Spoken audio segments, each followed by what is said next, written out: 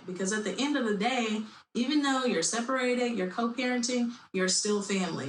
Here we go now. Here we go now. Let's get up in this flow. With me, your host, Joe. What is up, my lovelies? Welcome back to another episode of A Flow with Joe. Happy holidays! Oh my goodness. Christmas is right around the corner, next Monday to be exact. Have you all got your holiday shopping done? I'm still working on it.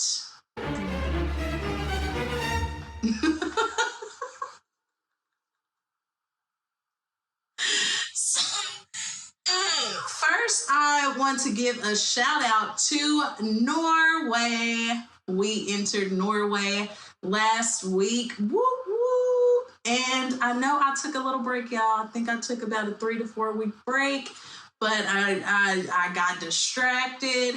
I was disencouraged, and I did not keep pushing, on the podcast. So I take accountability for myself, and I'm coming back to it, and I'm excited. That is enough of that. Today we're going to be talking about navigating the holidays while co-parenting with love and intention. If you're new here, I have been separated for a while now, June.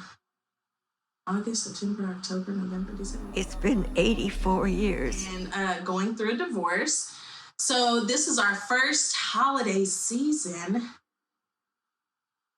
not together as a family. And it can be challenging for us as parents, not the children, but for us as parents.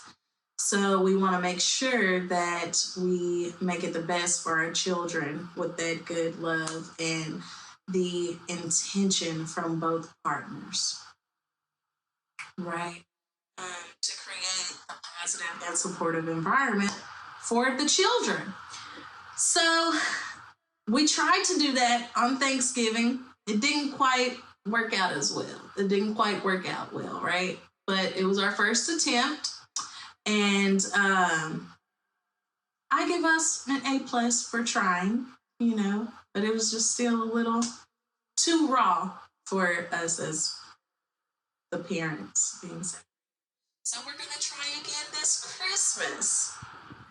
Hey there, seekers of cozy homes and good vibes. Imagine this. You sipping your coffee on your private balcony surrounded by lush greenery and serene vibes. Welcome to the Reserve at Village Creek, where home meets happiness, baby. Discover a haven of comfort with spacious interiors and modern amenities in a neighborhood that feels as friendly as your favorite playlist. Did we mention nature trails, fitness center, and pet-friendly parks? Yep, it's paradise for everyone, even your fur babies. So call now to reserve your spot in this delightful community, the Reserve at Village Creek in Burleson, Texas. And don't forget to mention you heard about it on the Flow with Joe podcast, because your home should feel like a vacation every day. So we're going to try again this Christmas. And the goal that we have for our co-parenting relationship during the holidays is not for our children to spend it separately, like go from one house, go spend Christmas at my house and go spend Christmas at dad's house, or, split up the holidays. We want to keep it. Our goal is to try to keep things as normal as possible for them. So we're trying to spend the holidays together from here on out, whether we have significant others or not. And, we're going to try to work it out to where when each of us do get significant others, that we can all be blended and enjoy the holiday together for our children and as a whole, a unit. Because at the end of the day, even though you're separated, you're co-parenting, you're still family. You're still a unit. And it's difficult for me to talk about. I don't know, y'all can probably hear me swallowing. I'm trying not to grab my throat as much. But I thought, if I'm going through this, there are other parents that may be going through this. And, if you are, share it in the comments, like how you navigate the holidays with your co-parent. What's best for you? Like, share your tips and stories. I'd love to hear about them. So I just kind of dived into it, like the emotional landscape. Like for Thanksgiving, it was emotionally challenging for us. And we didn't quite get the communication part down correctly. And we were trying to go about it practical and logical, but at the end of the day, our emotions kind of got us. Because like I said, it was raw. So during those times, I feel it's important to have support, like a support group. You can find a support group. There's support groups everywhere. I actually tried a divorce and separation support group that I found on Meetup. And I went to a meeting, but I couldn't relate to any of the people sharing in the meeting. So I still sat there through the whole meeting, but I was just like, this isn't the meeting for me. I gotta find another group, right? And so you can do the same thing.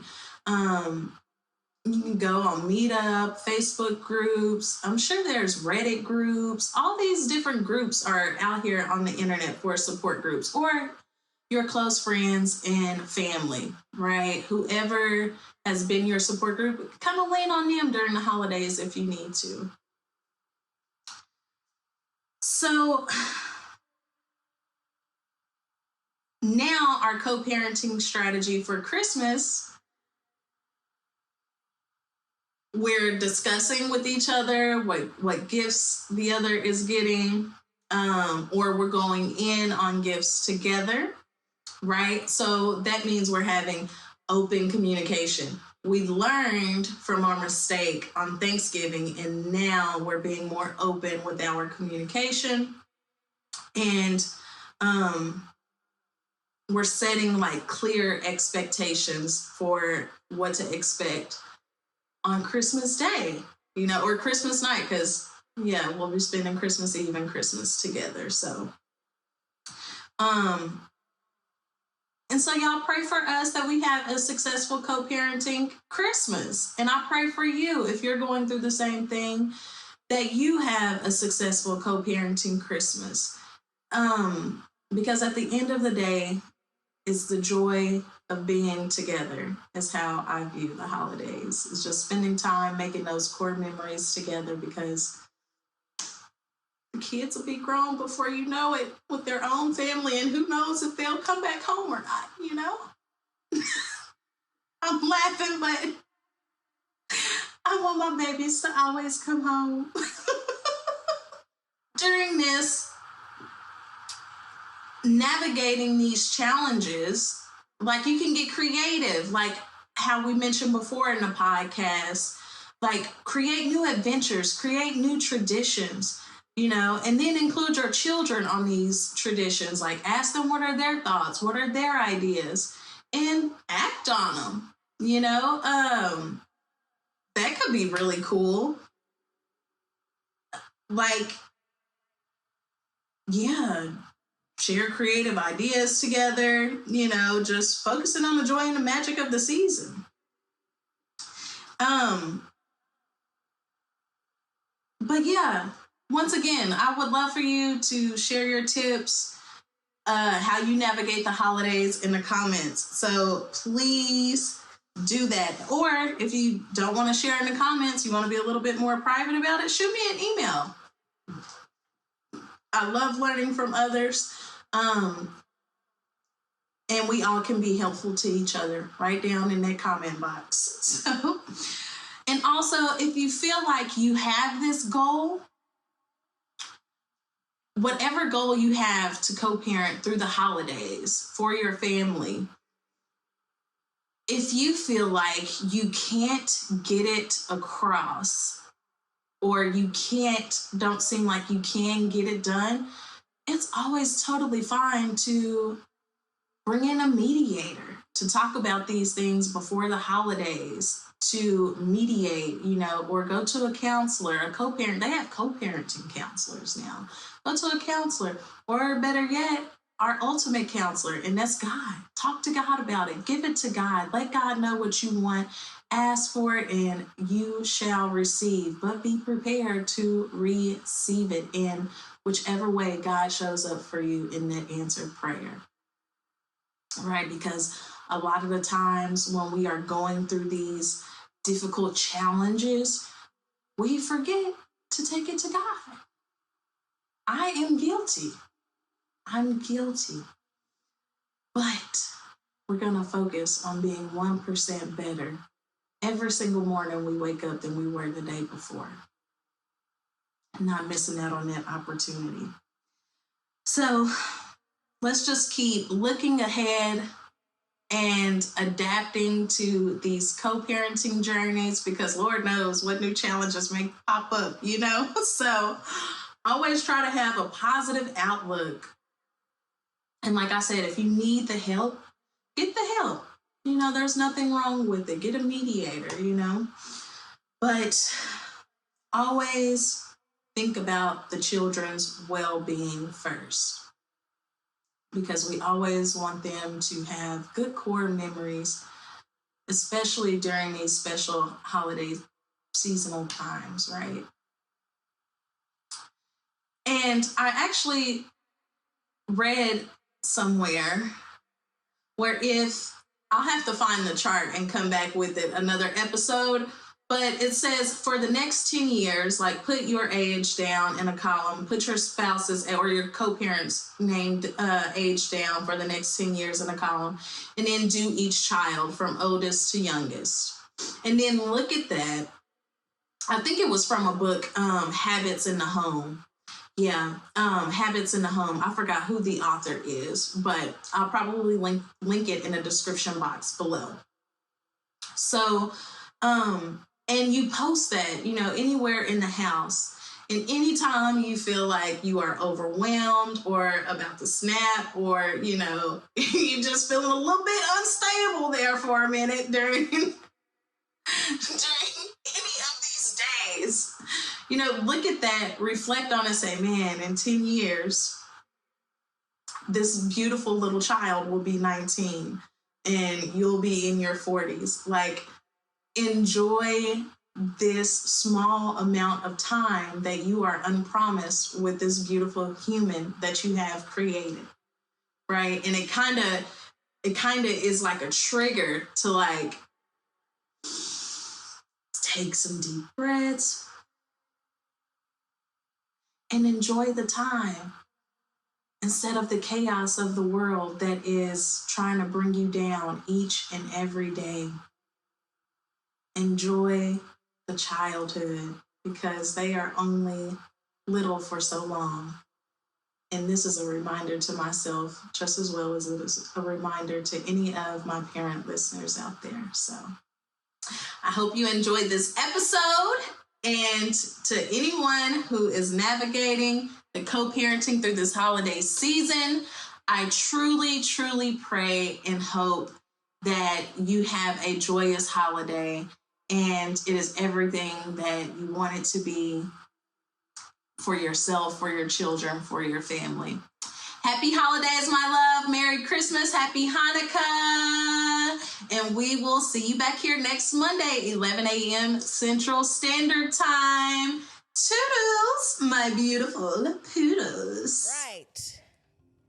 This part of the show is sponsored by the Flow with Joe podcast. And I want you all to go over to Amazon.com, BarnesandNobles.com, and purchase my new children's book, Tooth Fairy's Legacy. This is my baby, and I hope your children will enjoy this book as well. It's for 3 to 5-year-old children, and if older children are beginning to read, they will probably enjoy the book as well. But in this book, it teaches you to listen to your child, see your child and how they're acting, and to validate their feelings. We oftentimes, as parents, will want our children to chase a dream that we want for them, but our children may have other things in mind. Are you going to support that and listen and validate? Or are you going to continue to push them in a direction that you want them to go? Right? So go ahead, head on over to Amazon.com, BarnesandNoble.com, and get Tooth Fairy's Legacy. This is the beginning of a series. So for me to publish the next book, I need these books sold out so I can publish the next one. Hey. And please share Flow with Joe podcast with a friend. Hey boys and girls, thank you for watching my mom's channel. Don't forget to like and subscribe and hit that bell. And I'll see you later. A Monday, always a Monday.